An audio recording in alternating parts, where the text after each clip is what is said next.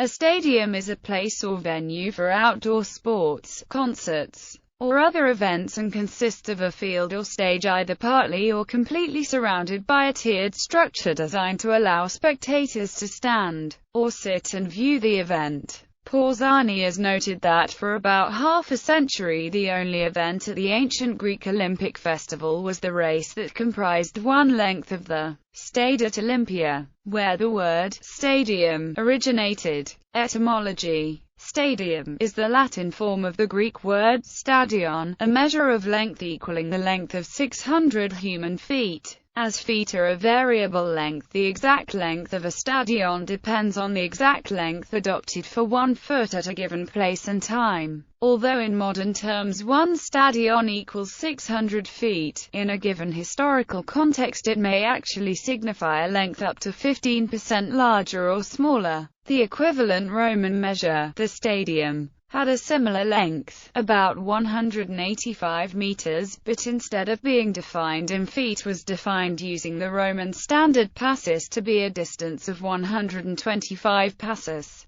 The English use of stadium comes from the tiered infrastructure surrounding a Roman track of such length. Most dictionaries provide for both stadiums and stadia as valid English plurals, although etymological sticklers sometimes apply stadia only to measures of length in excess of one stadium. History: the oldest known stadium is the one in Olympia, in the western Peloponnese, Greece, where the Olympic Games of antiquity were held from 776 BC. Initially, the Games consisted of a single event, a sprint along the length of the stadium. The stadion, a measure of length, may be related to the stadium, but the track at the stadium at Olympia is longer than the conventional stadion. Greek and Roman stadiums have been found in numerous ancient cities, perhaps the most famous being the Stadium of Domitian in Rome. The excavated and refurbished ancient Panathenaic Stadium hosted an early version of the Olympic Games in 1870, 1875, 1896 and 1906. The excavation and refurbishment of the stadium was part of the legacy of the Greek national benefactor Evangelos Zappos, and it was the first ancient stadium to be used in modern times. Modern stadiums: the first stadiums to be built in the modern era were basic facilities, designed for the single purpose of fitting as many spectators in as possible. With tremendous growth in the popularity of organized sport in the late Victorian era, especially football in the United Kingdom and baseball in the United States, the first such structures were built. One such early stadium was the Lansdowne Road Stadium, the brainchild of Henry Wallace Doveton Dunlop, who organized the first All-Ireland Athletics Championships. Banned from locating sporting events at Trinity College, Dunlop built the stadium in 1872. I laid down a cinder running path of a quarter-mile, laid down the present Lansdowne Tennis Club ground with my own theodolite, started a Lansdowne Archery Club, a Lansdowne Cricket Club, and last, but not least, the Lansdowne Rugby Football Club. Colours: red,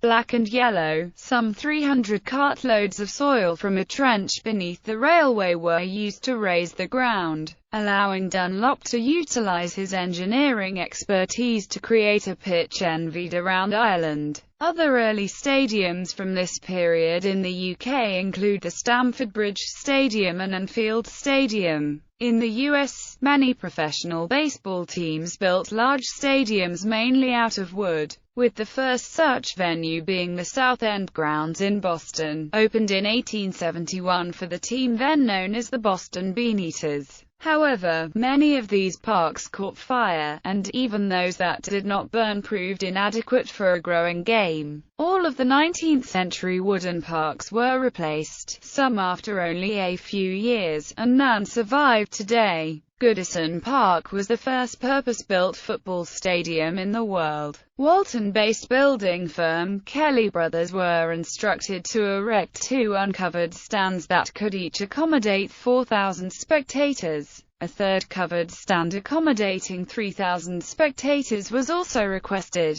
Everton officials were impressed with the builders' workmanship and agreed to further contracts. Exterior hoardings were constructed at a cost of £150 and 12 turnstiles were installed at a cost of £7 each. The stadium was officially opened on 24 August 1892 by Lord Carnarvon Frederick Wall of the Football Association. No football was played. Instead, the 12,000 crowd watched a short athletics event followed by music and a fireworks display. Upon its completion, the stadium was the first joint purpose-built football stadium in the world. The architect Archibald Leach brought his experience with the construction of industrial buildings to bear on the design of functional stadiums up and down the country. His work encompassed the first 40 years of the 20th century. One of his most notable designs was Old Trafford in Manchester. The ground was originally designed with a capacity of 100,000 spectators and featured seating in the south stand under cover, while the remaining 3 stands were left as terraces and uncovered. It was the first stadium to feature continuous seating along the contours of the stadium. These early venues, originally designed to host football matches, were adopted for use by the Olympic Games,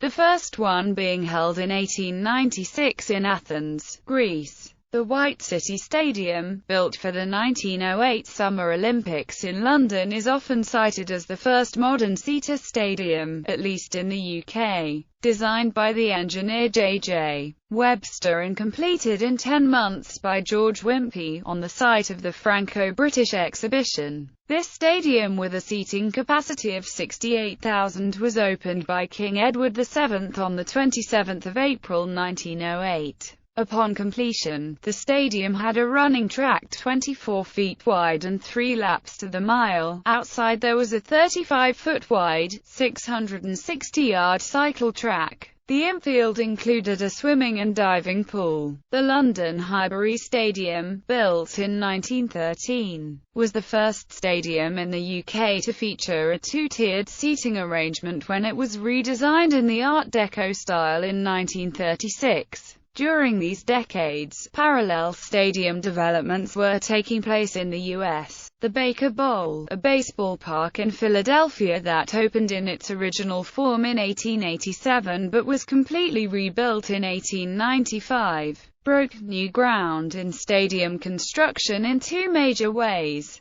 The stadium's second incarnation featured the world's first cantilevered second deck in a sports venue, and was also the first baseball park to use steel and brick for the majority of its construction. Another influential venue was Boston's Harvard Stadium, built in 1903 by Harvard University for its American football and track and field teams. It was the world's first stadium to use concrete and steel construction. A few years later, concrete and steel construction came to baseball with the 1909 opening of another Philadelphia venue, Shiba Park, which marked the start of the dual box era of park construction. During the following decades, 2-tiered arrangements became standard in American baseball, but the large crowds that the New York Yankees drew in the early 1920s with the arrival of Babe Ruth led the team to build the world's first 3-tiered stadium. The original Yankee Stadium, in 1923, the ancient stadium, Hippodrome, Stadium, Circus. The Greek Hippodrome was the basic model for both the Roman Stadium and the Roman Circus. A hippodrome and a stadium may be of similar size, while the largest circus structures can have seating capacities up to 10 times greater.